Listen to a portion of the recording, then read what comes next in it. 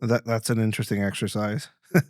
Uh, it took me a bit to recover from it mentally. We had to take a break. Yeah, the human experience usually remembers the sour way more than the sweet, and I get that. Um, Another aspect of it as well, though, is I mean, at least for me, from me now, and I've said this a few times. The experience that I lived through was so enormous that it pushed me into this new life, which is a weird one. Like in a lot of ways, I consider it like an afterlife for myself. Like, because I legit made a plan to kill myself or to put myself in a situation where somebody else is going to do me that favor before 30. Like I 32, Jesus window is what what I would call it, and it just didn't work out. Um, I found myself sober. Uh, Wife left. Uh, Sobriety. A bunch of friends that I thought were my friends left. A few horrible, destructive relationships that I thought were gonna solve something for me. Kind of made me even more insecure, unsure, and added even more trauma on top of everything. Um, I found myself in a place like Tom Hanks after um, in the movie Castaway when he's at the end of the movie, he's in this crossroads, just fucking trying to figure out what he's gonna do with the rest of his life. Yeah. Everything that he fought tooth and nail with everything to get off that island to be with the love of his life. Yeah. Helen Hunt. Yeah. It's a good movie. Um, I, in a lot of ways, did the same. Like I fought tooth and nail and risked life and limb to create a future for my family. And now that I was on the other end of that, my family dissolved. Mm. So I have my daughter who's my family and I love her to death. And I kill myself every day to just have the have time with her. So like I'll travel like a lot of red eyes basically.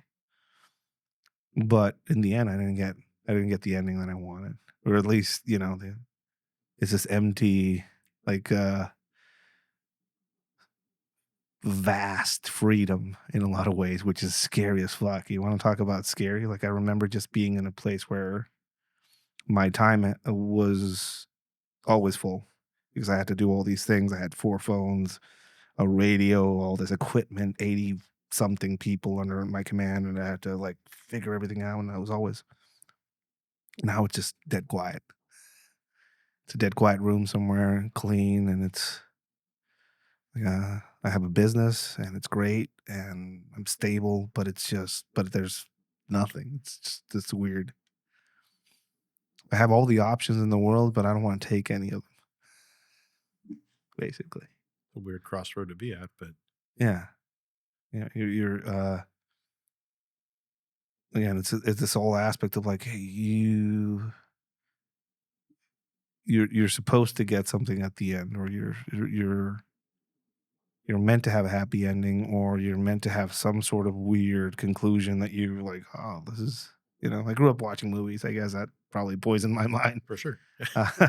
Uh, but it's there's a lot of work that we do on ourselves, and we expect relief. I don't know. I don't know what we expect. I think everybody probably reverts mentally back to where their original trauma originated, back to that original age.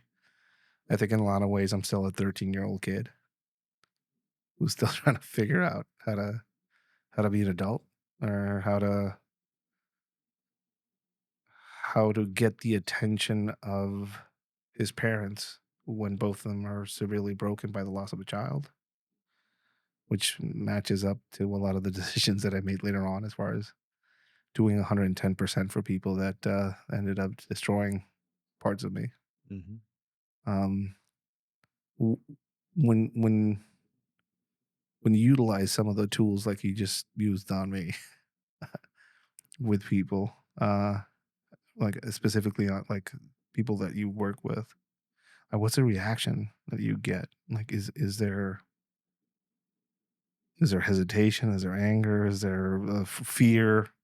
Mental health is a whole world that is very misunderstood. So It kind of depends on the person. I'm not an expert. I don't have a degree in psychology. I don't. I A lot of the stuff I was just sort of trial by fire for yeah, me, and I started to take note um, early on for, and I just kind of had an ear for it. But I also was that person within my clique that would I would ask, are you good? But I would mean it. I wouldn't just give the generic. And if people weren't good, then I would make it a point to kind of probe a little bit more. And I if even in my office where I work now, no one really knows who I talk to or who I, spend time with or whatever. And that's with intent because it's no one's business but their own. If they want to share it, that's on them. But the majority of my experience is talking with people. It's usually almost like you kind of get bit a few times on the hand, but it'll work out. And it's never going to be easy, and it should never be. If it's easy, it's not an issue. If it's hard, it's an issue. And I don't want to discredit, you know, minor things, but the harder it is to talk about something, the more important it is to talk you about should something. talk about it. Yeah. And a lot of guys and gals get wrapped up in this, I just can't put it into words. That's okay. And then Is that yeah? So though a lot of the writing that I do is directly related to me trying to put 100%. put it into Uh-huh. like how can I communicate this so others can see it instead of having the TV screen on top of my head Sure. with what happened? How can I put that into a And maybe it's because you don't want to cry. I don't want to cry right now. I hate crying. I don't want to. So me talking about this will make me cry. So I'm not going to talk about it. Fair enough. Can you write about it? Can you, if you're artistic, can you draw a picture? Can you write a poem? Can you do something that would make it not even necessarily make sense, but just remove that from your head? And a lot of people, it's far and few between that you'll get 100% cooperation.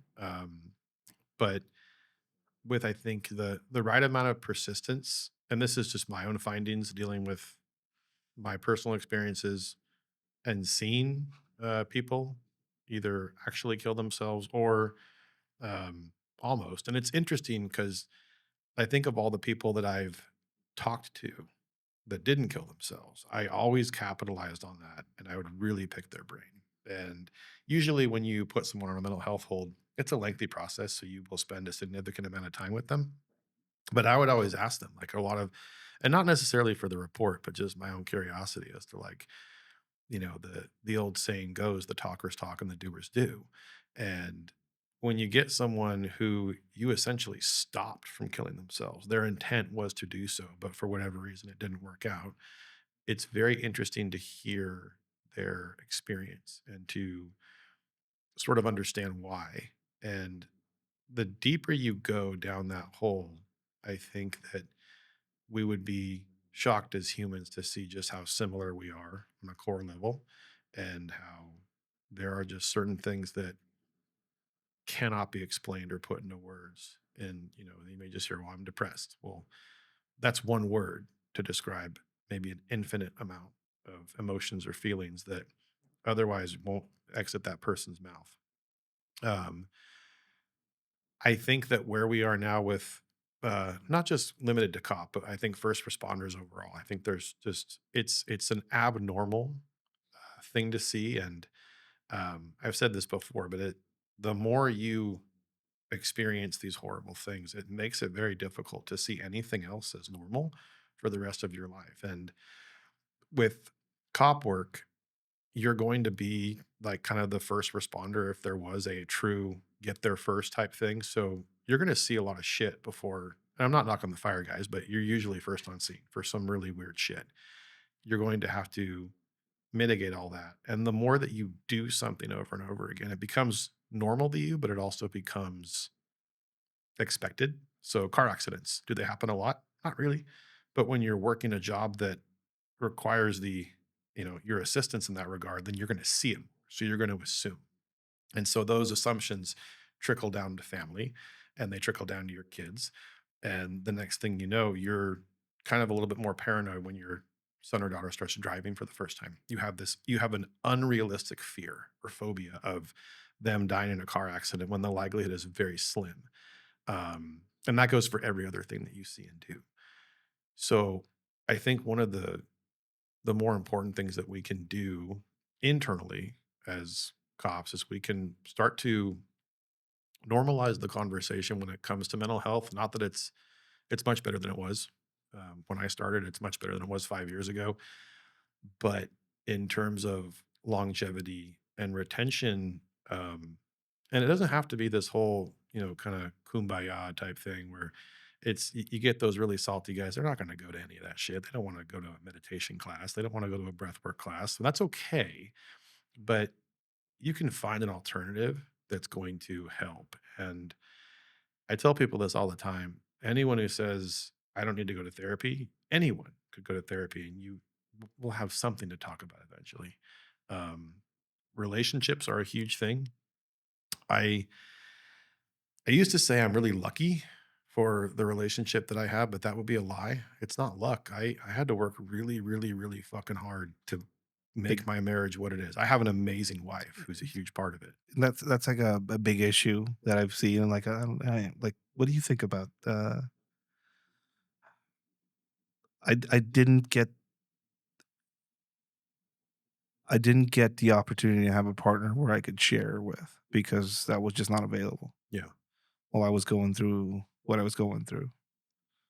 It was a rule that I didn't come up with, but there was a rule there about not bringing work home, and whenever I would have any experience like the bad day experience, I would have to swallow that, Mhm. and, culturally, I was in Mexico, I was shown never to show weakness or break down in front of your wife because that's insecurity and they're gonna leave you Yeah. because that's the culture here. Culture is huge. Um, and it's also a fact. Some women will take you will see you or hear you sharing something of that nature and freak out Yeah. because you're not safe anymore. You're not stable, and women are all about security. So what's your opinion on the amount of information being shared by somebody in that type of community home? You say that you were pretty lucky because you had to work on your significant other, and I imagine that you can share some of the stuff that you Yeah. I mean, with her. I'm lucky because I have an amazing wife. That's she just came that way. That's her being awesome and I appreciate that. But she was with me before I was a cop. And in my first few years of law enforcement, there were some I didn't understand them to be pretty critical incidents. I just sort of said, okay, this is the rest of my life. And looking back on it, there were several where it was just beyond abnormal. Um, and I I remember being new and I would leave for work and she would kind of come say goodbye and give me this big kiss and okay, be safe, have a good shift. And I remember I after like the second week, I said, stop doing this shit. Stop kissing me like I'm going to war. I'm going to work. I'll be back in 14 hours. Don't make this a bigger deal. It makes me freak out. So stop. That was my first kind of just like, this doesn't need to be a big deal. Adjustment. Yeah. The likelihood of me getting hurt is extremely slim, even though it feels like sometimes it's not. But I just told her, like, "You have to just kinda chill out a little bit." And again, at the same time, we had a new baby, we had all this stuff that these just huge stress factors that were coming into our life. And I initially when I first started coming home and kinda saying, because she would say, "How was work?" And I go, it was okay. We pulled a infant out of a car that went in the river, and mom was on PCP, and the baby died." And I remember, like, I she knew like that there was going to be stuff that would happen, and I kind of decided that I would maybe remove a lot of that from you know our relationship and sort of keep it a secret. That wasn't a good thing. And I want Editing yeah, yours. it didn't help that I downplayed things because then when I would explode later for There something was no context because, exactly. well, like, what Mhm. so it was so your significant other will fill in the blanks, She has to. right? So, like, what's going Yeah. on? Like, she doesn't know about all these things we can share, Yeah. so something she's thinking the worst maybe in some Yeah. ways, I guess. And it's not to say it's not a woe is me thing. Like a lot of people get caught up on you don't it doesn't have to be a feel bad for me type thing. It's just if you feel the need to talk about it, talk about it. But if you don't want to, don't you don't have to. But it would be like saying there's a cookie cutter design for each relationship and Yeah, there's not. but that's a key thing you're saying. It's not a woe is me No, thing. it's not. Like, like when you if you asked me, like, what what would I expect from a significant other if I'm going to arrive home and I'm going to share a story like the one that I just shared with Hmm. you, like a bad day story. Uh, Empathy, Empathy's big, yeah. um, and also a reference point mentally, so now they understand why I'm quiet for the rest of the day, or why I might have to go through a period of that I can't manage and or deal with other things Yeah. in the span of this time. Yeah.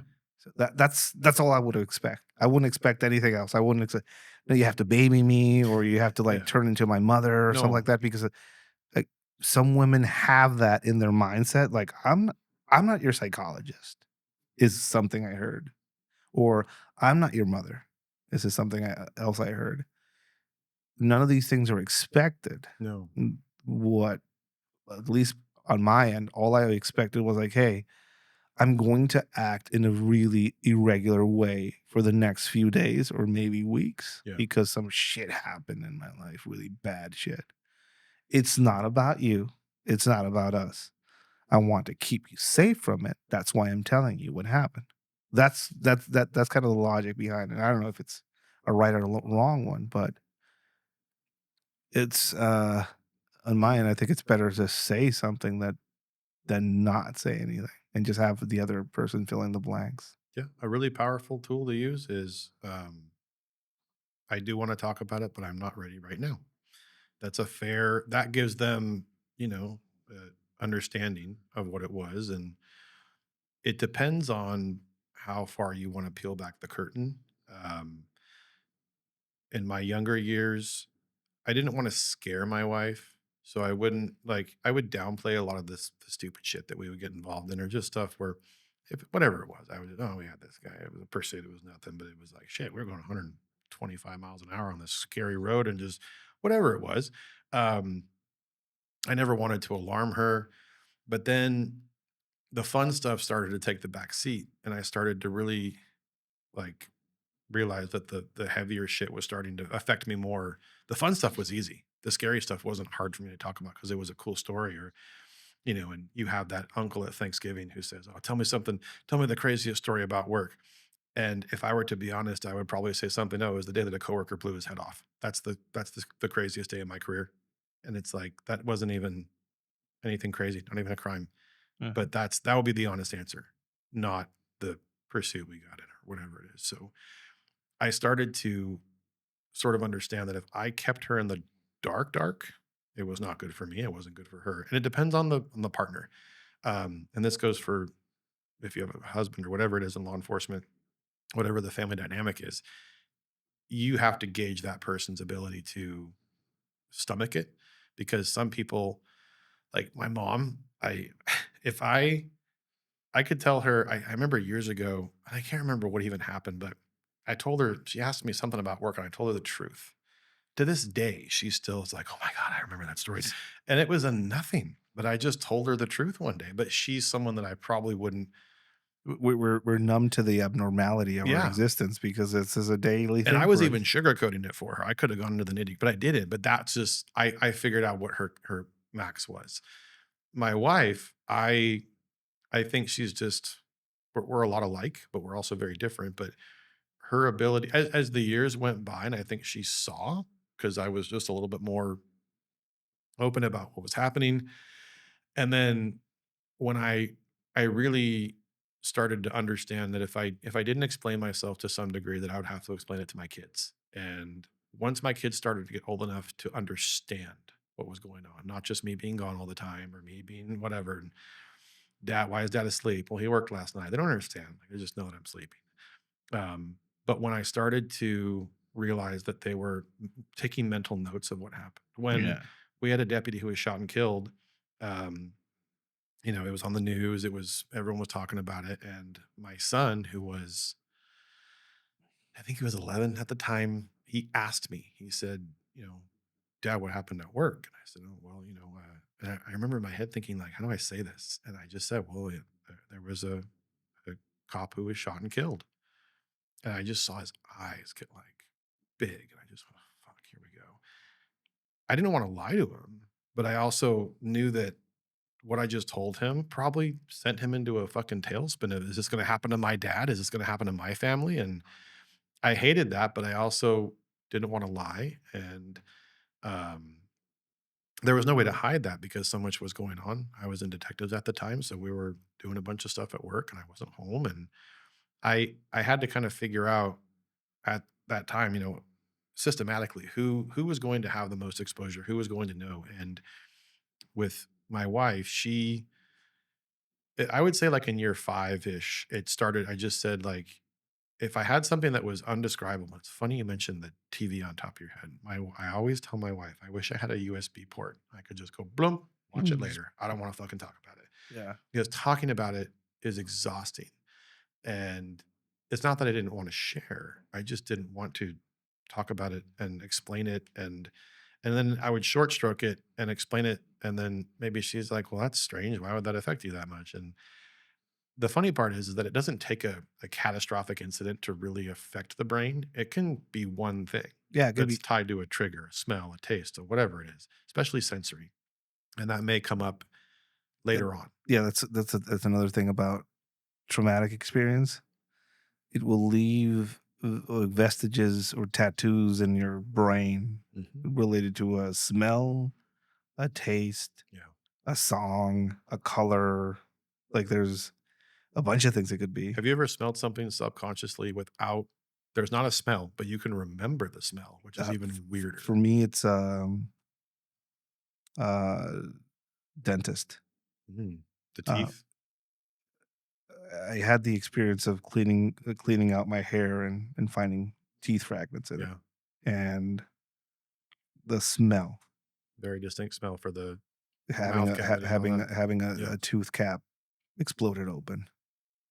That shit is just like it just But to anyone else who's none the wiser, none the just, wiser. Like, I hate going to the dentist for a lot of reasons, and that's one of them. it'll do it. Um, the, um but that's you're having this internal experience what some of the stuff happens, and if you can't communicate to people around you, or you have your significant other that doesn't know about these things, they internalize it like, what did I do? Like, Yeah. what's wrong? Like, what am I doing wrong? Yeah. Or Which is why you see a lot of divorce, you see a lot of domestic violence, you see a lot of, and it's not an excuse. Like, I, I know that's kind of one of the things that people, for like the cop haters, they'll be like, "Oh, look at all this domestic violence." Right behind that's the military. I mean, it's obvious. It's par for the course, yeah. and it's not an excuse. But I think that a lot of cops, if they really understood kind of what what little work it takes to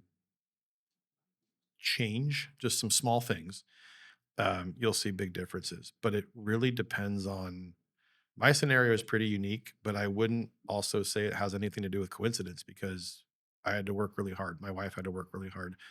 We had to work really hard to create the relationship and this is 15 years later. So it's not like this was just out of the box. We had this great, No, there's work involved, yeah, and getting to a place where you're like strong enough as a couple, yeah, and that takes time. And you can't rush that. That's just one of those things that and you'll have to there's learn. also like a growth together, Oh I yeah. guess, And experience and and life experience. experience. And if you're challenged, like we kinda had the opposite of the honeymoon. We had our kid before we were married, and then just life started. So we had a lot of challenges ahead of us, and I think that kinda made us a little more appreciative of the Y easier times as life yeah, got more stable. yeah. I met my ex, like, during like, I was already doing what I was doing, and I think there was a big part of me that kept her safe from it and away from it Intentionally. intentionally. Yeah. And there's this giant mystery of, like, what happens in this time that you're not here, Yeah. and that, it turns into suspicion Sure. and anger And misinterpretation. and, thinking that things that are happening internally are about them, Yeah. you know? My biggest fear, um, when I started becoming known publicly, because like, my popularity online was kinda paired with my life basically going into the fucking toilet. Like, I was going through, separation and alcoholism and all that as I was exploding online. So I was, my biggest fear is that people would find out that I was a raging alcoholic and I was all fucked up internally. That was my fear. Like, Mhm. I'll eventually find out that I'm a fucking horribly broken, traumatized man, you Yeah. know? Um, and I remember having a friend of mine say, like, "Why did you talk about it publicly?" It's like, "No, Don't know. no, no, I Didn't can't. work. Can't. Yeah. I can't. I'm in this realm of online instructors that are, you know, shooting guns with the American flag in the background with a chick with a bikini next to them. America. Extreme ownership, 4 in the morning, do weights, badass people that nothing phases them. Like, all of a sudden, I'm gonna raise my hand and say my tummy hurts. Uh, but I read this thing in a bathroom. You can't pickpocket a naked man. Hmm. Like, I read that in a bathroom fucking wall, and I'm like, fuck. Um, so I started publishing these fever dreams, is what I would call them. Yeah. I read a couple of those. Uh, some people don't know that all of them were for my therapy. Nice. I would write, I would write these for therapy, and then a friend of mine told me, like, "What's your worst fear?" Like, that somebody reads these and, like, online, and they find out that I'm a mess, and I started posting them. Like, I remember posting the first one, just like, See what happens. and I thought I was gonna get uh, a bunch of people just saying how much of a weak person I am, Mhm. or how fucked up it is, or whatever. And I started getting a lot of people basically like, "Oh, somebody put into words what I couldn't," or that helped me, Yeah. or um, I don't know, like, the whole aspect of, like, hey, you were able to put into words something like I was struggling to, like, express, Yeah. I guess. Um, and as I did that more and more, I started feeling less alone with it, I guess, because there's a weird lie that happens to people with trauma is that you start getting into this, I don't know, this masochistic narcissism Mhm. where you're like, all this shit is happening specifically for me, and God has a very specific intention to just fuck me over, and it's very special, and it's just me. There's nobody else. Everybody's having a great time here, and it's just me.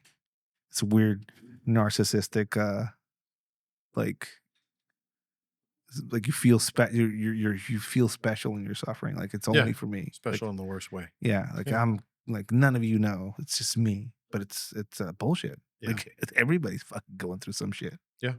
So the whole aspect of going through group therapy, just actually sitting down and listening. Yeah. If you compare, and not that comparing is not a bad thing. Group therapy rarely, like, you'll the buy-in only comes. It's almost like there's a little bit of kind of warming up and then the guy who hasn't said anything for 30 minutes suddenly tells the story, and everyone kind of goes, Jesus Christ. Yeah. Like, what? For me, it was like a month and a half. Like, I didn't wanna say Just shit. sat there and, yeah, I remember walking into my first one, and it was in SoCal. Uh, a lot of Marines in that group. pretty Uh, wild. but I remember just sitting down and hearing stories, and, um, some of the battlefields, some of them coming back home and finding another dude at home, Yeah. you know? Um, some of them more personal, like, some of them like, "Oh, that's why you joined the military," you know? Yeah. Uh, and, a few others of the people that weren't even in the military. There was a guy who was a rodeo clown in one of them. Um, Interesting. he was I was 30, I was 38, and he was 32 or 33. His spine was fused together, God. and he didn't look 33. Is this kind of like a It it anybody can show up type of group it's therapy, or it's it's a special group, but there's somebody behind it that kinda takes on some pretty extraordinary cases, I guess. interesting? And I was chosen because I'm fucked up I am, I guess. Somebody knew about my story, and, they just channeled me to this group. Um, the rodeo clown dude was an interesting, case for me. Um, I heard everybody's story, almost not everybody's, but I was, like, quiet and listened. And, eventually I, stood up and kinda talked about mine. And, there was a lot of oh shit and quiet moments there while I was telling my story. But I'd been going through these meetings for about a month now, and I would hang out with this rodeo clown guy. He was punk rock kid too, um, acid humor, you know, skeptical about Yeah. shit, suspicious. Like, this is like me. I'm gonna hang out with this dude. And he would like orientate me. We were cool. We'd hang out outside after. But after I told my story, he got quiet with me. Like, I felt this weird rejection from him. Hmm. Um, I couldn't figure my finger on it. And I was like, hey, what's going on, dude? Like, did I offend you Yeah. somehow? Or like, the my story, Too much, or yeah. like, what's going on? And um, he takes a big drag out of a cigarette, spits on the ground, and says, I went through a career being a rodeo guy and then a rodeo clown. And now I am a broken at in my 30s physically. Can't do that anymore. I didn't go to school. I don't have a lot of options as far as what to do with my life. I invested all my time and energy in this, and all I got for it was a broken mind and a broken body. And you're doing something with your pain. Mm, yeah. And I don't hate you. I don't have anything against you, Ed, but you're a reminder of the fact that I did all this shit for nothing. And it was such a weird Yeah. observation, and I had nothing. Yeah. What do you say? I Sorry. Like, I, I had nothing. I yeah. had nothing. Like, yeah, I'm an asshole. I'm a fucking asshole, I guess. So I just, I gave him space. Yeah. Um, I'd hear stories in that room every night, and eventually he came back. Came back around. You know, typical man apology, which is like, yeah, you're a faggot. Yeah, you are a faggot too. Like, we just became friends again. Yeah. But the aspect of mental emotional nudity, just like, hey, this is the shit that I hide. Yeah. Just fucking opening up that shirt. You never know till you ask or Yeah, and I don't think, I've been on my own for about 3 years, a little bit over 3 years now. And when I say on my own, I mean, it's just me and I see my kid every week, but it's basically just me. Um, and I'm deathly afraid of, whoever comes next, like if they're gonna be cool with that. And that's another aspect of it that people kind of don't realize. This feeling of being a leper, or this Mhm. kind of leprosy aspect of it, where you're like, you know, every now and then I'd read these memes online about red flags and and just like, oh, stay away from this person, stay away from that person, and I go down that list, and I'm like, holy shit, Yeah. I got a lot of them flags, right? Despite working on a lot of these things and stuff like that, there's a weird cross section of being, on this healing process and self awareness. But at the end of the spectrum of self awareness, it's like, holy shit, I just know for a fact that I'm not good for these people over here. Mhm. So isolation Yeah. and that again, the whole aspect of being Tom Hanks on an island trying to make his way back to somebody that he's going to start a family. But you make your way back from the island and you're fucking alone. Yeah. Um, I don't know. It's it's one of those things that I think a lot of people end there when they figure out that on the way down. Yeah. I wanted to take this opportunity to thank each and every one of our Patreon members for their generous support. It's the only way we can bring some of these amazing people behind the microphone and have some of these amazing Midnight of the Soul conversations for you guys. If you're not already a part of the Patreon community, please consider joining us. We have our giant online training catalog for you guys to have access to, as well as some exclusive Sneak Reaper Industries merch drops for you guys at the Dead Drop tier. I would also like to thank the company Sneak Reaper Industries, one of our main supporters, and a company that provides some of the most amazing urbanware, survival specific, and cutlery out there. Your support not only makes this show possible, but also supports some of the charities that we run, including the Fighter's Kitchen out of Puerto Escondido, where we're supporting some up and coming fighters under the tutelage of Eddie Farrell. Thank you for your support, and again, please consider joining us on the Patreon. And now back to the show. It's if you can figure out with the red flag thing, I think especially with relationships, you might have to find someone who's going to be able to it I feel like sometimes we try to find someone who will understand it via interest, which is kind of the most self-destructive thing you can do. And I see a lot of, especially in law enforcement, marriages fail when the spouse is overly involved or too involved or tries to make it an identity of their own.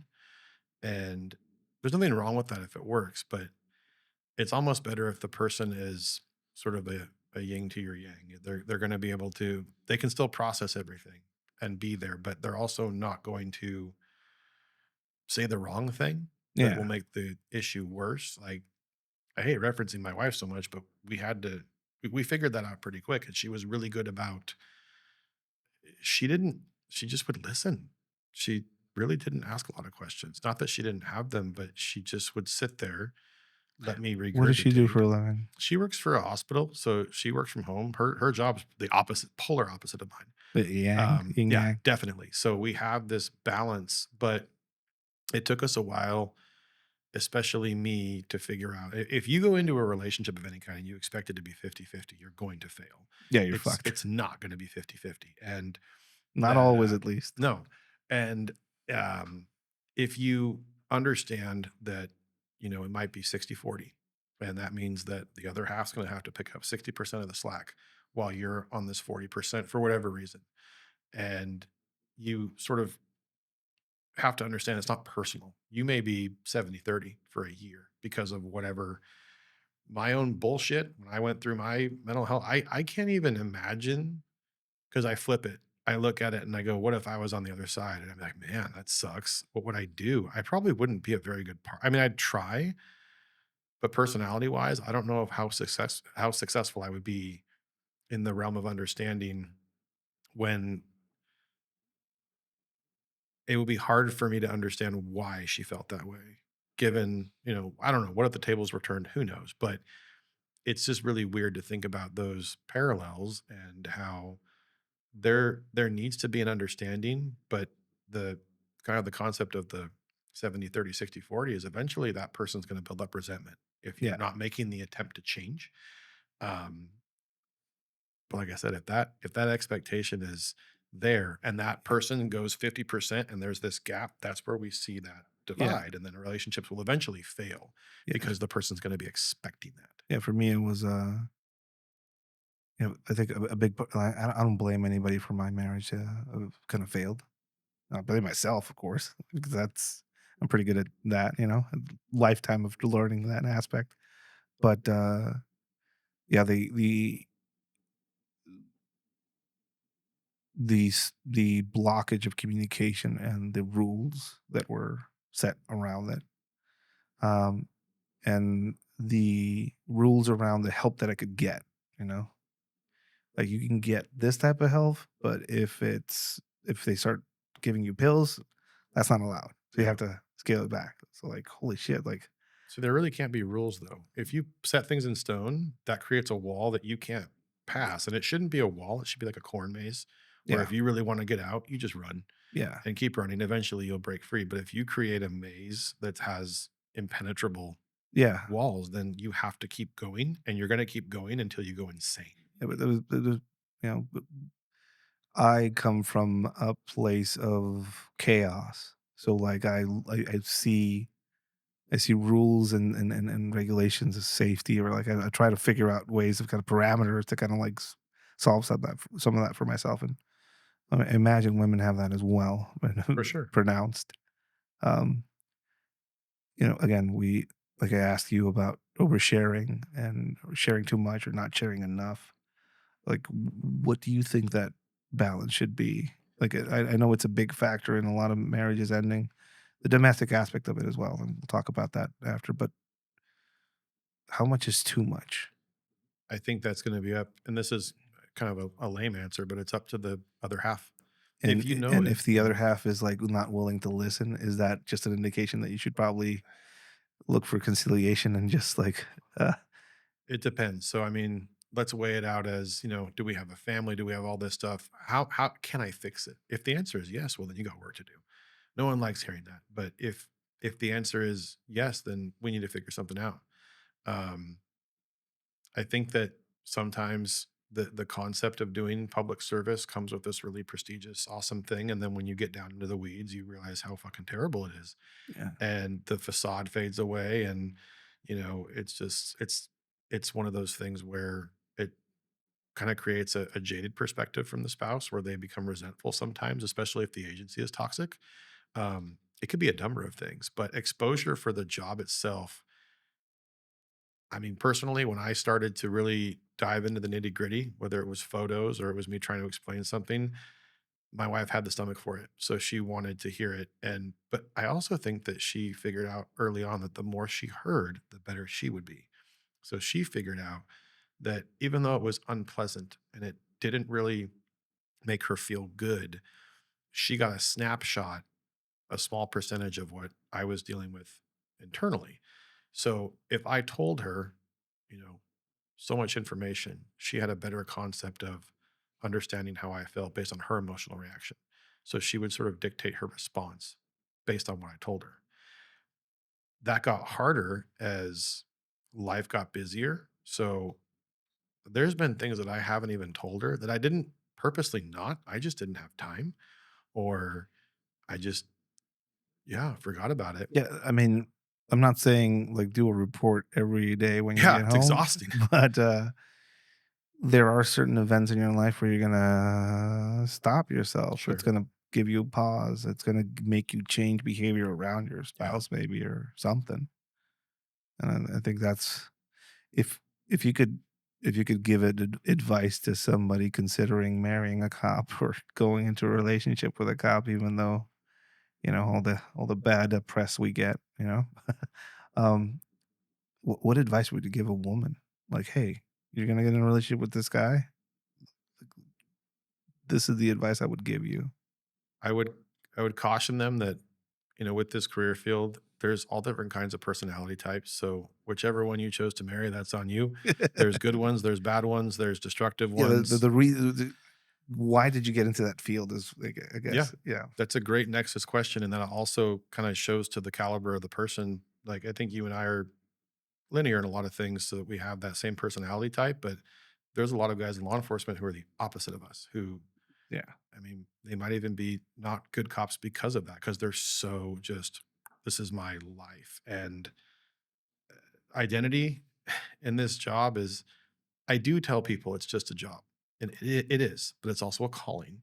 yeah, And we need that mindset to be successful. But you also can't literally live this job as if it's a lifestyle, because one day it won't be here and you're going to go nuts trying to figure out your purpose. So if you're purpose driven and all that ties into, you know, what a spouse can expect, I would just tell them that if there's it, it's going to be a ride, and you're never going to have the same year twice. You're going to have good years, bad years, you're going to have promotional processes, you're going to have, and with promotion comes all kinds of bullshit. I got detective and my wife was stoked, but I was like, get ready.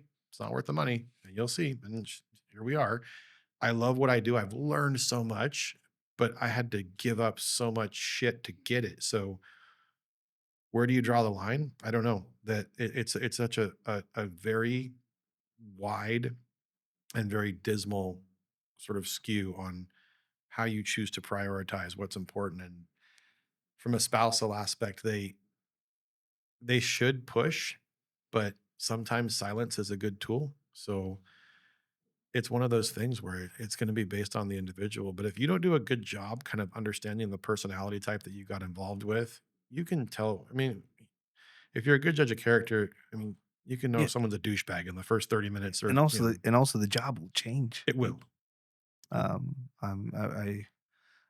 gotten the experience of seeing very nice, quiet people turn into these, Tasmanian devil people Sure. because they need it for work, and when they adopt this mask for themselves for work, they're like, "Oh, I like this mask. I'm gonna wear it at home." Yeah, not a good idea. And that's road rage shit with somebody's off duty. Yeah. And you shouldn't be that different though. So if you're really good at what you do, you won't have to wear anything. You'll just be you. And one of the best style of policing that is to be very real. You shouldn't have to put on a badge and feel better or feel more powerful. That's you. It's body language, it's all that stuff where, I mean, you can see it a mile away. The guy who's just like, you're doing this for the wrong reasons. You're trying to prove something. You're going to end up hurting yourself or someone else, and you're going to do something stupid.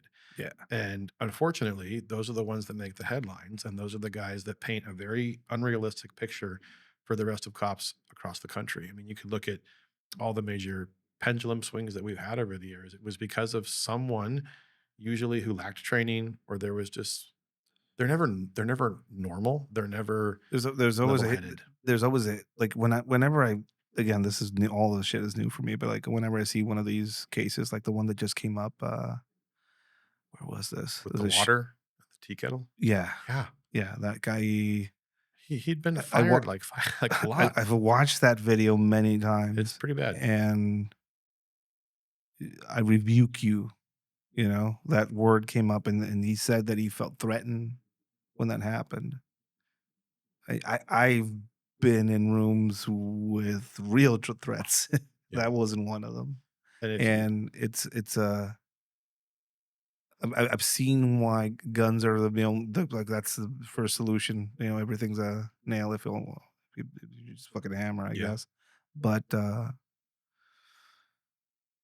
seeing his history, yeah, seeing all the shit that went on in his past, and another aspect of fucking standards being lowered, and just fucking people being desperate just to get bodies in squad cars out there in the US. Um, but that was, I mean, that's like everything you could do wrong, it was pretty terrible. Uh, and the amount of damage it does to. oh, it's one step forward, 1,000 steps back, and good luck if you ever get to be I mean, even now it's better than it was 4 years ago, but we'll never go back. We can't, and every time we have one of those pendulum swings, we're gonna have to do 10 times the work to, and this isn't the first time, it won't be the last time. It's sad to say that, but it's true. This will happen forever. As long as there's an expectation of public safety, there's going to be mistakes that are made, some just more egregious than others. Like we hear a lot about the internal internal policies and just we're all part of the blue brotherhood. Keep quiet. We'll keep ourselves safe and fuck the public. I guess. Is there some of that in the culture? There is, but I would say these days, not as much as there used to be. What is killing it? Body cameras, Uh, people going viral online after they do an interact. Everybody's a camera now, basically. I think lately it's just been everything's been magnified to the point to where it's Everybody's a potential camera now. oh So yeah, everything's on camera. and I remember having the experience of working in the age where that wasn't the case a little Yeah, bit, and then now it is. So I understand that change, but like I'm trying to. Corruption happens in the U.S. in the police departments. Like I get a lot of fucking jokes about Mexican cops being corrupt as shit. I've been in some places in the U.S. where it the happens. Yeah. cops are shady as fuck Oh too. yeah. Um, do you think that is where does that come from? That is it regional? Is it because people are just not getting fucking paid enough? Standards? What is producing some of this environment where somebody gets fired multiple times, ends up in this lady's kitchen and shoots her?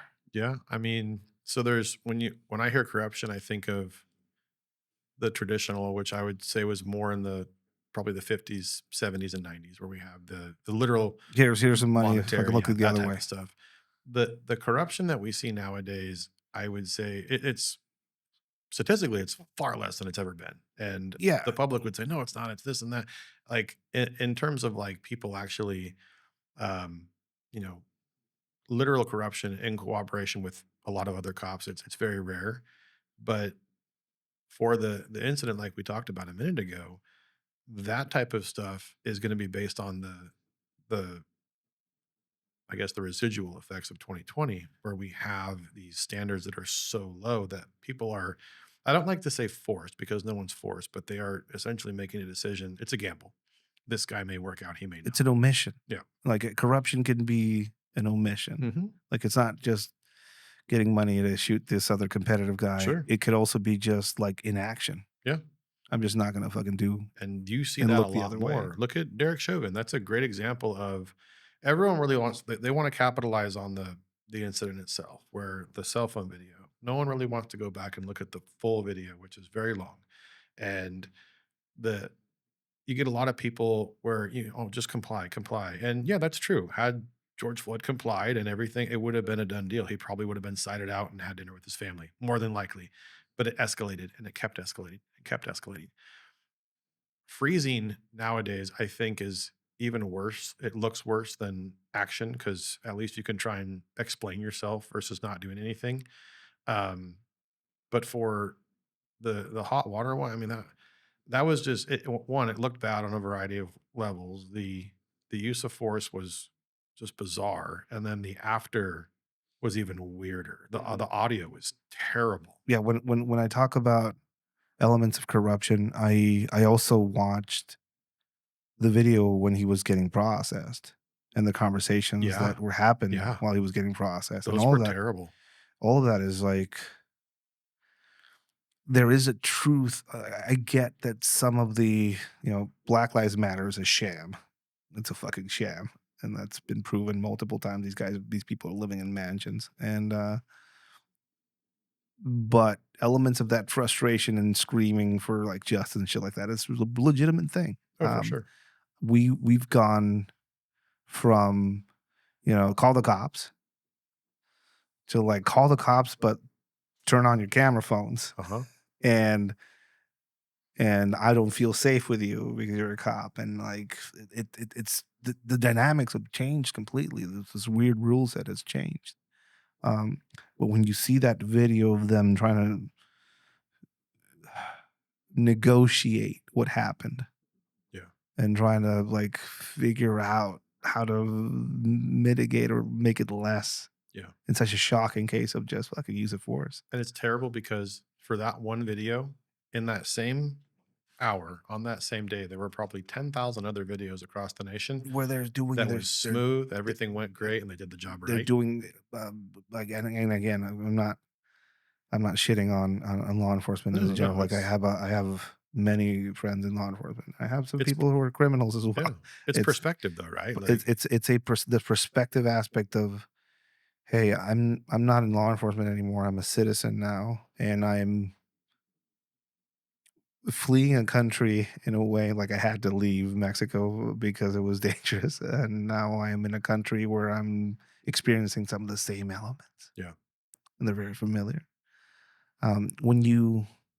When you have a shooting like that, when an agent is using force of this like that, and the after effects of it, um, like walk us through what a real event like that would look like on your end.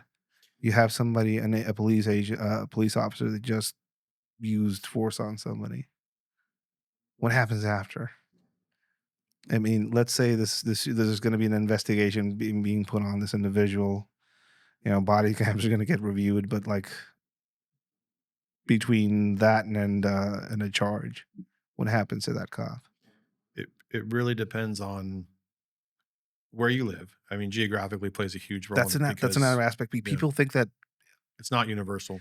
like everywhere the same thing. No, They're gonna get put in isolation. This is the sure, procedure, yeah, and it's gonna happen. No, that every single one of these corporations is gonna go yeah. do it differently. Counties have different policies, so there. When I talk about cop stuff, it's specific to California and maybe even where I work because every agency is going to have a different policy on most of it's universal within that state, but they might have something different that they do along the way. Your agency, somebody is So our pretty standard practice is once that there's a shooting, we'll have the critical incident protocol is activated. So you'll have a variety of agencies come to the scene. So not just ours. So it's multiple, which helps with bodies, obviously, for assistance, but it also eliminates corruption. yeah. It It eliminates, yeah. mitigates Mhm. the thought process of somebody just manipulating Sure. everything because they're a single Oh yeah. And agency. if you have one agency doing all that, well, of course, that opens the door for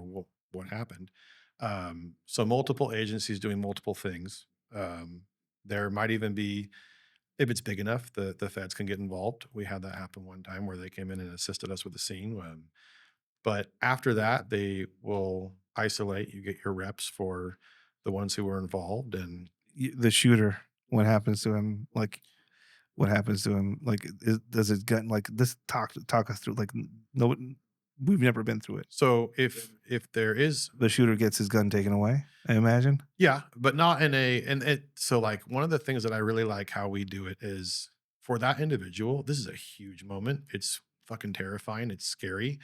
Um, I was really impressed with the last one we had where I felt like it was really smooth and there was a lot of transparency. There were a lot of people there, but not too many cooks in the kitchen.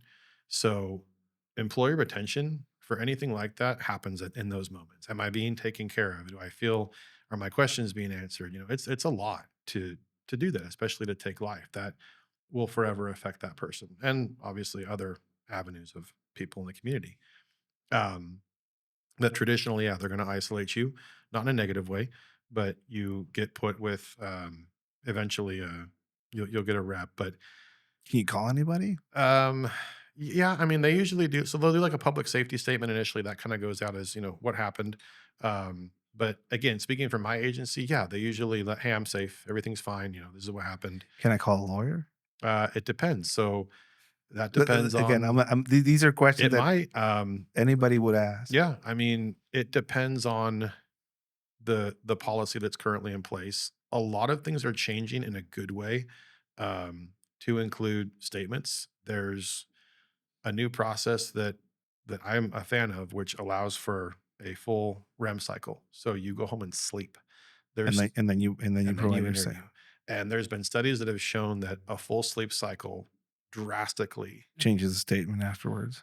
Like, I mean, they you recall. They you have to recall a you have lot to more. pro you have to process, like, a Yes. traumatic event like that, you have to let it And people will solidify. say, "Oh, it gives them time to make up stuff." It's no, it's been the total opposite. They get to remember. Now, we talk about, like, isolation statements, allowing them to sleep is great. At home, basically, they get released.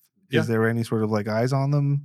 it depends on the scenario, and usually they get their clothing taken, they'll get their gear Are there taken. any worries about people utilizing the firearms on themselves Like for suicide? yeah, I mean, unless there's some shit happening there as I think that's more of an internal, kind of a do one-on-one thing. I mean, do people get disarmed? They'll take the gun for evidence purposes, but traditionally, And no. they won't ask you about guns at your home or anything like that? Unless they have a reason to, probably not. Most cops, and I've seen this on some scenes where you get a gun right away because you just got in a gunfight, then the last thing you want is to be unarmed now. Unarmed? So they'll usually get you a piece on scene and at least get you squared away. I more sooner rather than later. Th w that happens, is there any help provided? Anybody that you can Yeah. talk to? There's so on hand, initially there's clinicians. So within that critical incident protocol, especially for an officer involved shooting, there's a variety of things that can be available. Um, Do people Are you allowed to say no as an agent? um, Can you say, like, you do have to do a I don't need to talk to anybody, I just wanna" no, you do have to do an eval at some point, and that's more of a later on type yeah, thing. Um, that's normal, but depending on how proactive the agency is, kind of dictates. And I'm very happy. California is a horrible place to live, but it has some of the best training, the best options, the best, I would say, like moving forward efforts for law taking enforcement. care of it, like making sure that, even the community aspect too. I'm huge on transparency. It's not a good idea unless there's a reason to, unless there's something that would compromise the investigation or whatever the case may be that would not be conducive to the case. Sharing it sooner rather than later is huge. They can't speak to the press, I imagine. The officer? Yeah, No. So that's why they have a public information officer. They'll take but care of it. it's like an understanding that they can't speak to anybody. Usually you're told no, How about social media? bet no, you're yeah, nothing. Just Again, kind of I'm asking all these questions as somebody that, has it like happened? Yeah. yeah, Where people will say stuff like, I'll go and online, it's like, "Hey, I'm okay, I got into the situation." Is he gonna be in trouble if he fucking goes online to depends on the policy. depends on the And policy. that's the P word that everyone gets hicked up about. What about being, how about if, like, is there any cases of a situation like happening where they're like, "Hey, let's drug test you, Yeah. If toxicology." so that's also Is that something. automatic or is that No. something that gets asked for? And again, there's gonna be people who are saying, "No, it's not true. This is my It's within my agency or my state." that's the we're Traditionally, speaking specifically about your yeah. experience and your reality. Traditionally, no. But if there's reasons to believe, so if they smell alcohol or if there's whatever it is that they There's think, reasonable suspicion, yeah, then they may say, "Cool, we gotta do this." And but it's not something automatically done. no, traditionally, no. Okay. And again, speaking from my own experiences, no. Some agencies will do. You shall do a blood draw. You shall do whatever. It depends on. Are unions or people watching out for the specific interests of the officer like a Yeah, factor? so you'll have like representation. There's a. It really depends on if they have their internal affairs department get involved, which is standard for most of the agencies in California. It's not a bad thing. A Yeah. lot of people get really it rather than think of it as being like invasive, try to think of it as the agency's doing its best to be transparent, which will ultimately, especially if the shooting's a good shoot, it's going to make your life much easier, especially for civil litigation down the road. What protections are there installed in there for the families of these officers when they get involved into anything like that, which is going to be maybe going into the press, maybe, Yeah, or if it's like something big like that? Is there anything like set for the families as far as like, hey, they're gonna dox you and they're gonna show up at your house, happens a lot. which is very common. I think the press they've leaked a few where addresses get published or they'll put it on like a website, like usually BLM. This is back when that was kind of a popular thing. They would leak certain Yeah, addresses dox. and They would dox agents. Yeah, and they would, you can put patrol car out front, but I mean, How long? ideally, Yeah. yeah, maybe you just kind of lay low for a little bit. The best part is no matter what happens, unless it's super egregious, people will forget. Something will happen, and time is kind of that magic element. But again, going back to, and I've seen this happen where if you make it a point to short stroke, or you make it a point to hide things, or you at least appear that way, Evasive lying. you're Yeah. gonna create so much more bullshit down the road. Where I feel like as of late, and this was kind of post George Floyd, and SAC PDs, they still are. They will, as soon as something happens, the investigation is done, they will blast it out, and usually with a video that shows every single thing that happened. 9 times out of 10, even if it would be a traditional, "Here we fucking go," we're gonna do a whole protest. No, they watch it, and even the people who are on that side of the fence go, "Yeah, that kinda makes sense." So I think if So it's wild that we're we're in a period of time where they have to do that to appease, or at yeah, least to like, hey, you know, it this Rome, the Roman rules yeah, about the circus. and if It's you appease allowing. it, I mean, it might save you a headache later, and this is being a cop who went through 2020 and a bunch of others who did with me. I mean, that's no one wants to do that shit again. And we had it easy where I'm at. I talked to coworkers in some of the bigger cities. Fuck that. Yeah, It, it was terrible. I was around for in Portland and Yeah, Atlanta, and it was it's crazy. not a good time to be a cop.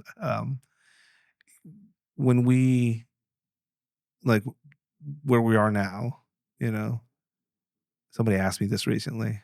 If my kid said, "Hey, I want to go into law enforcement in the U.S.," Mm. I would immediately say no. Yeah, And it's weird to say that because I have a bunch of friends who are law enforcement. I respect the shit out of them. They're amazing people. Some of them are great human beings. But I just know that the whole system around them is hard. It's going to be very hard. And I know where some of this degradation of standards and training and just being vilified leads to.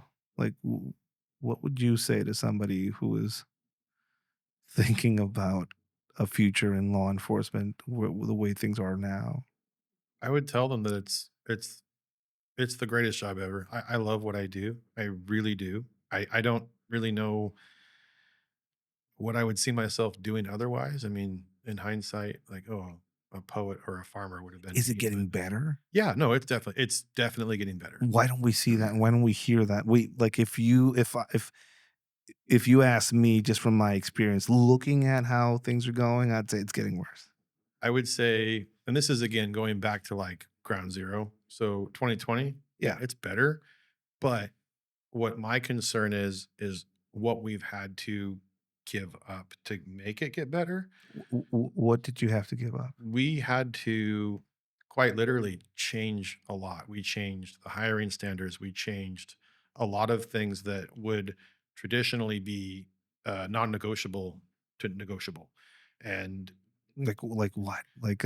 I would say background issues. So, Like it, what? This is great. Like yeah, so, what type of things would exclude you in the past that are now being like, wait, you're being waved through? I would even limit it to like if you're talking to someone and they're like, "Yeah, I want," and you're in your mind, you're going, "There's no way No you way, should you do should be. this," Yeah, and it's just a bad idea. That Not to say that's all that's being hired, but they're definitely in the mix. We have to fill the boots on the ground because per capita there is a demand from the public that we shall respond, and we're, we nationally, I think this isn't just California, we've started to sort of expand the net, right? But we're not fixing these huge holes in the net. We're just sort of ignoring them. And yeah, once someone falls through, you know, we'll see what happens. And I think that the more that we make something relaxed, the more that it'll stay that way forever. And then like how far do we go? How far do we yeah. How long do we keep these Mhm. standards at this level? With the mentality of I'm too scared to do anything. And I'll just say it. There's a lot. Well, there's the movie The Departed. It's a great movie, but in that there's a scene where um, he gets asked, do you want to be a cop or do you want to appear to be a cop? It's an honest question. It really is. And It's a beautiful yeah, question, either actually. you really want to get in this job to do it, to get your hands fucking dirty, not dirty in a bad way, but actually come home and say, I really made a difference today by any means necessary. That mentality is not the normal thought process for the younger generation. It's more of it's an online presence or it's a part of my life that's an identity. And if we were to look at, someone who does contracting, did you get into contracting because you wanted to build houses or do you want to wear a tool belt in the grocery store when you're done? Like, no one cares. No one Like, gives a yeah. shit. So we're seeing that with this new generation and it- it's happened before. It'll happen again. We've done this in the 20s, the 50s. There's all these different generations that we're going to have to live through. We're just in a really weird transitionary period where guys like you and I are looking at the new guys going, "What the fuck are you doing?" And they're looking at us going, "Nothing. I'm doing what I'm supposed to be doing." It's going to, I think, get worse before it gets better. But at the same time, this may be the new normal, and we just have to learn to Yeah. work with it. Do you when you say well, I mean, do you think it's just still worth it to go into this line of work? It has to be because if I mean, I him and haw, right? If my kid said I want to be a cop, I'll be like, oh God. I would support them. I would do what my dad did, and I'm going to Yeah. support you in whatever you do. If you want to be a figure skater, or you want to be interpretive, I don't care. I'll support anything you want to do. I don't give a shit. Whatever makes you happy, but my rule still stands, just like my dad did, that you have to give more than you take. And you can do that in any capacity. You don't have to work in public service. You Yeah. can you can be a real estate agent and just be the best one ever, and you're just good at what you do, and you have a passion for it. That's all that matters. But if some random kid came up to me and said, "Hey, I want to be a cop. Is it a good idea?" I would really kind of put it back on them. That it really is up to you. Ask yourself why you're doing this, and if the answer is anything outside of the realm of just trying to make the world a better place, then maybe it's not the right time, or you should reevaluate your reasons because we don't need any more ego trips. We don't need any more people to prove themselves. I mean, and again, those are far and few between, but they're the ones who are going to be on the front page eventually, not Yeah. not the guys who are level headed. Yeah. So things are getting better. I think so, but I also think that there's political factors. There's all kinds of things that make a difference. It's not just as easy as saying cop world. Cop world is dictated by law and policy. Law and policy is dictated by our political leaders. For me, living in California, I can say 100% that our political leadership has destroyed the state where I'm living in, which makes my job extremely difficult. And trying to explain that to someone who's in the neutral realm of politics, half of them don't even really know. Like, what did I vote for? Prop 47? Fucked California. It still is. And for those who don't know what that is, it happened in 2014. Hope we got the date right. But it essentially made a lot of felonies, misdemeanors, and misdemeanors infractions. And it had a lot to do with just a reduction in sentencing charges, a variety of issues that happened because of it. That one thing that was labeled the Safe Schools Act, it destroyed it. Yeah, Destroyed San Francisco was a good example is a of it. great example for Like what I Prop 47. remember visiting San Francisco in 2008 versus 2020. Very different. And It, I love San Francisco. yeah, It's I great. remember when I went there, I was like, I want to go back. Yeah, And when I did, it was like, it's terrible. it's fucking empty. Yeah, Empty. Like this, like the downtown area is boarded up. yeah. I mean, the only thing going on there is the crazy people fucking screaming. Mhm. And every part of that goes to every other part of the community because the drug aspect, I mean, as you know, it's the worst it's ever been, but you couple that with the just complete lack of Rules. A yeah, I lot of mean, it's ways. just it's Just Gotham, grab and anything. people can do whatever they want, and we have all of these really big issues, but even the K Street shooting a couple years ago in Sacramento, that made national headlines. And the next day, President Biden talked about gun control, which was I was just like, "Are you fucking kidding me?" Yeah. It was a bunch of gang members at a Del Paso Heights with fully automatic Glocks, guns that are completely illegal to own in California by people who are prohibited by law to possess them. It has nothing to fucking do with guns. It has to do with guys who should still be in custody, but they're not because of these These laws. propositions and assembly bills. And you had Hector Bravo, who's just a really interesting guy, but his internal workings and knowledge of the CDCR Yeah. it's even scarier Yeah, than yeah, what's on the street, yeah. and it's just going to get worse. So in a long-winded answer, I mean, if I had to talk to someone about what they were thinking for their future, I would really consider what's on the table in terms of like, where do you want to work? If you're young and single, go somewhere else for now. I mean, I love California. It's my home. I love so many things about it, but it comes with a price, literally and figuratively. And it it is slowly getting destroyed by a cancer that can be stopped, but is blatantly ignored by leadership. Yeah, It's sad. I get asked about, well, the career advice, and I'm like, "Don't ask me for advice on the careers." Um, I'm like, "Hey, I didn't have a choice." Yeah. I was like, legit, just it was this or something else, Yeah. and the other something else would probably have landed me in a grave or jail or worse, because there's worse things than being in prison and dying. For sure. There are way worse things than that. Um, I had to do all the shit that I did. I guess, I don't know. I believe a lot in um, generational curses. Mhm. I think they're real. I don't. I don't think specifically they're related to ghost or demonic possessions or anything like that. People can put them in that category if they want, but I think it's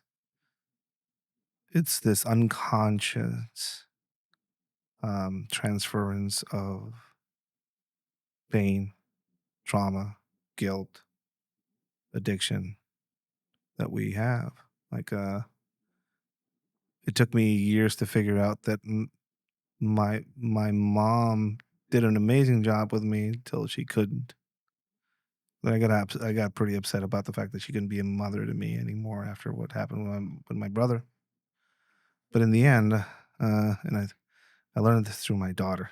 You know, yeah, we had a day at school, and it was like a career day thing, which is always fucking interesting on my end.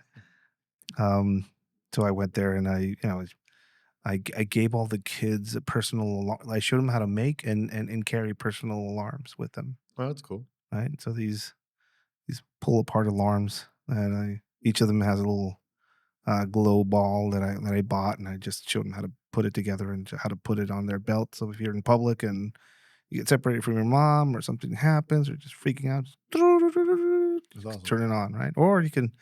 I showed them how to set up a little tripwire for it for Yeah. doors because Nice. it had to be cool. And I these kids were really into the explanation, and I saw my daughter beaming. She was like this, Yeah. "Dad, it's my dad. You're like Batman when you go to career Dad's day. fucking just Yeah. doing all this shit," and then, I realized that my mom did not have a father, and the father that she did have was a fucking piece of shit. Horrible things to them. So my mother raised a son that could be the dad that she never had, Oh, well, and that's what my daughter gets to enjoy. interesting. So in a lot of aspects, I always think about this in that sense, and that provides me with a lot of mental peace. Yeah. I'm not going to get to enjoy the fruits of the work that I'm doing. He is, or somebody else further down the It's line will. generational. Yeah. So I think the way you get out of them is to give up on your own delusion of being able, like you say, going back to normal, Mhm. or being normal and all that shit. Um, and I remember having this vision when I was trying the alternative medication aspect of life, mushrooms. Yeah. They do something. Uh, I have too much damage to have them help me completely, but I had a vision of this. It was like a panther.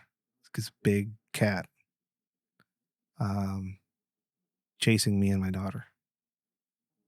Um, it's just running after us, and I keep turning towards it and fighting it, and then it keeps trying to push me aside so it can go after my kid. And I Hmm. just grab it by the tail if I could just and beat it to shit with a rock and just start running back behind my kid. And it keeps getting back up, running after both of us. Um, and it just dawns on me that it's not gonna stop. So I grab it and drown it. But every time I let it go, it starts coming back to the surface. So I just realized I have to drown with it. Hmm. I have to kill it with me. Yeah, that's the That's only the only way. way. Yeah. It's the only way. Or else I'll get my kid. And I think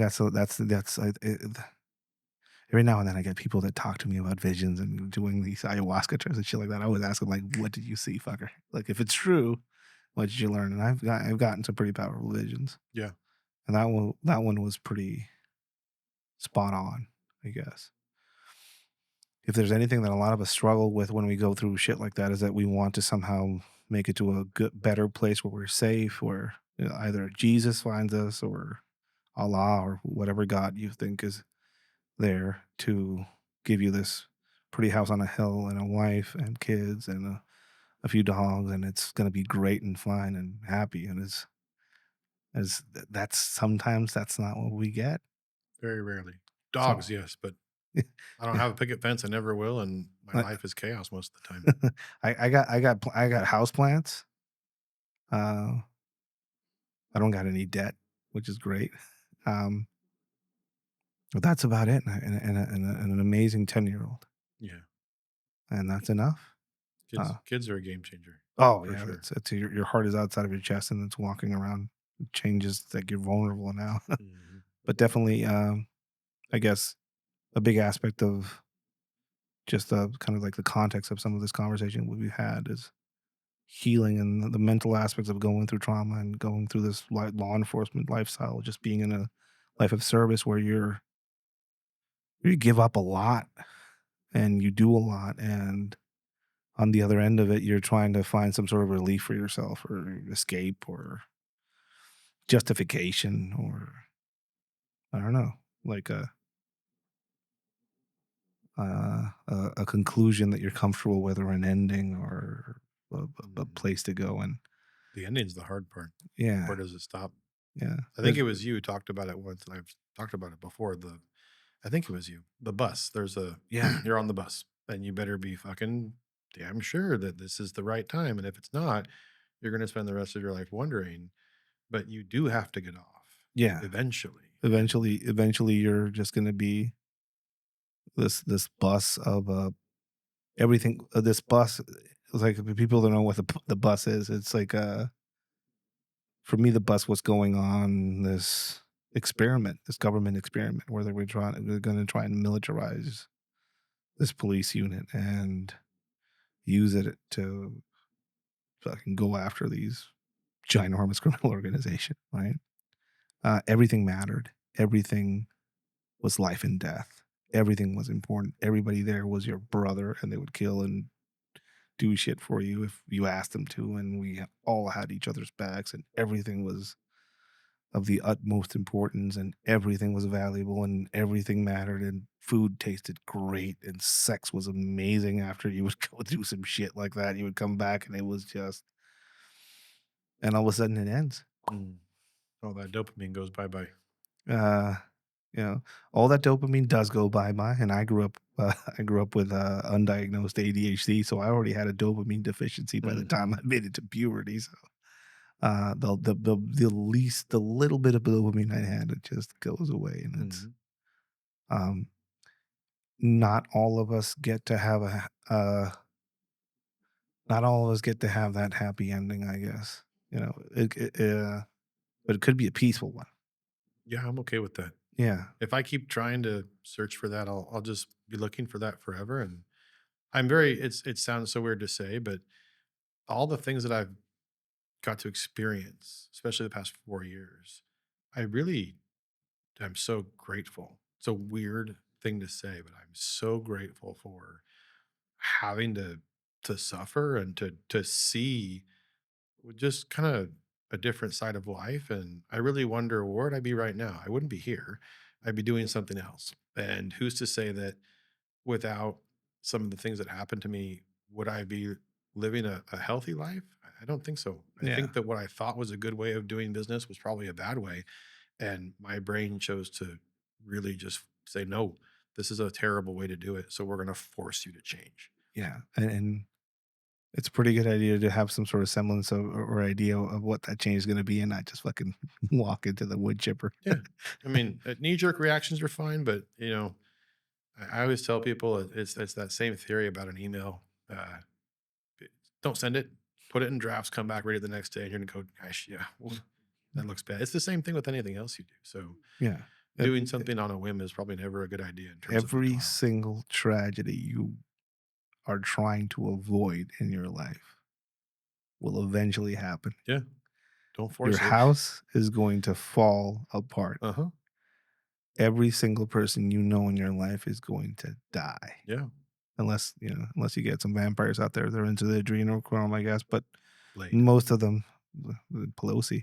But most of them are gonna die. Yeah. And it's like I don't know. I've read Zen material and I grew up with the Book of Five Rings. Is that And the Musashi? Musashi. Yeah. Like that was my Bible. Yeah. And grew up with the Bible as well. I don't know. I keep coming back with to the same kind of a conclusion on my end of um, it's about making you can't go back in time. There's nobody there, so you can't fix anything that there. Um, the future doesn't exist, so worrying about it doesn't fucking do anything. Everything bad you're trying to avoid will happen. Your milk is gonna go bad. The house is gonna fall apart. All of that's Mhm. gonna happen anyways. So what do you have left? Now.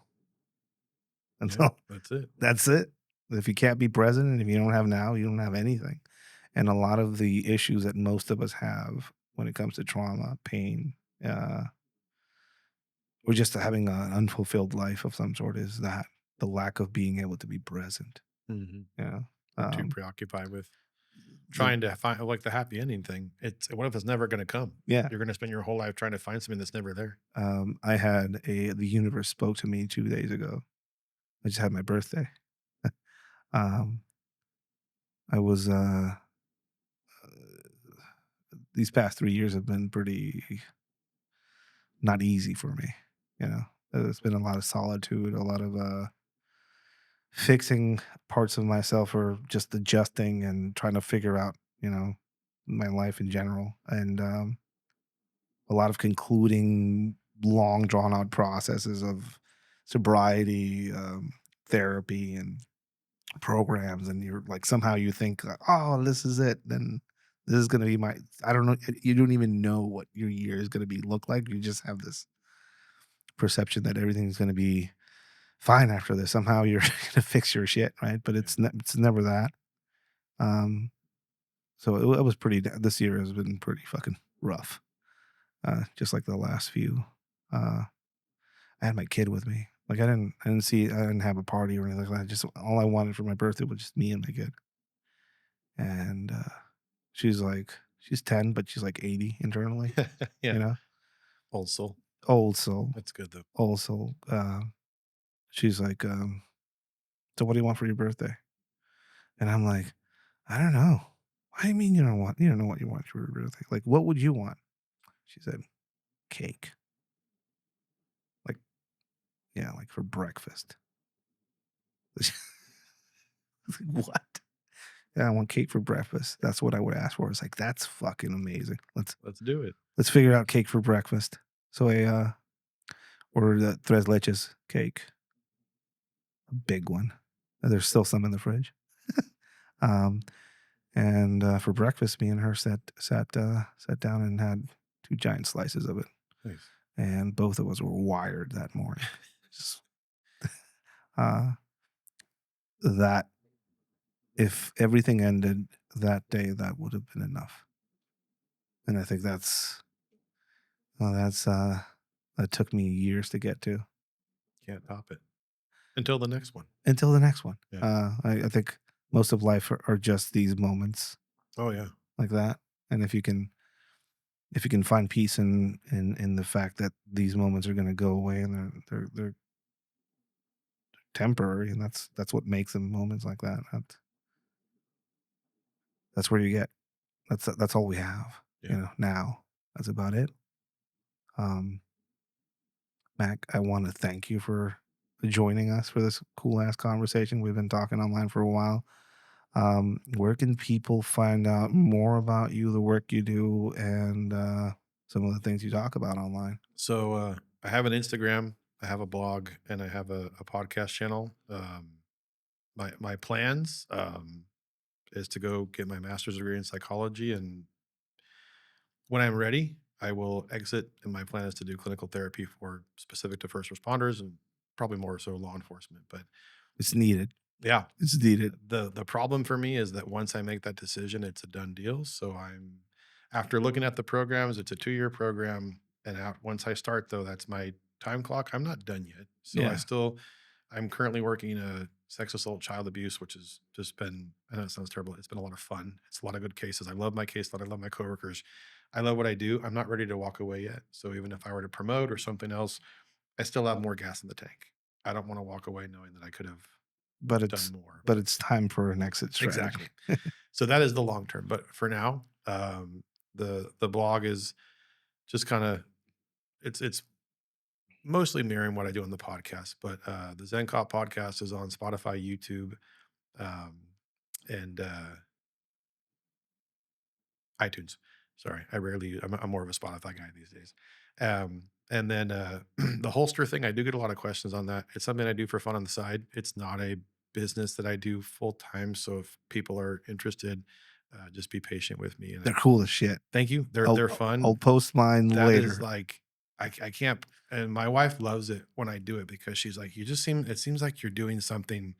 You're exercising a part of your brain Yeah, that I'm really artistic and I like that stuff. So when I'm doing that, it kind of just clears my head. So I get maybe 1 day a week though to do that stuff. So if it's good. thank you. It's good to have something. Oh yeah, it's a blast. I like it. I I I don't know how to make anything. I just troll people online. Yeah. That's make the Pioneer Woman knife the best selling Oh knife in my North god. America I for was 2 years. cracking up That's what I do when for she like say like stop tagging me in these please or something. That was it a was couple of years ago, I yeah, think. there was a cease and desist and Yeah. or something. I don't know. It was that's what I just like.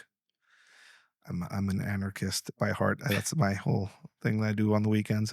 Um, again, um, again, thank you for Thank you. coming down and Thank having you this for having me. conversation. And hopefully, I can jump on your podcast and That would continue be really this fun. conversation Yeah. and invite you back if there's anything law enforcement related, use of force related, Sure. trauma related to kind of talk about it. Yeah. Would you be down for that? Absolutely. Because I know people get a lot of questions just like myself, like what Yeah. happens after a shooting? Like what do you see? Like Yeah.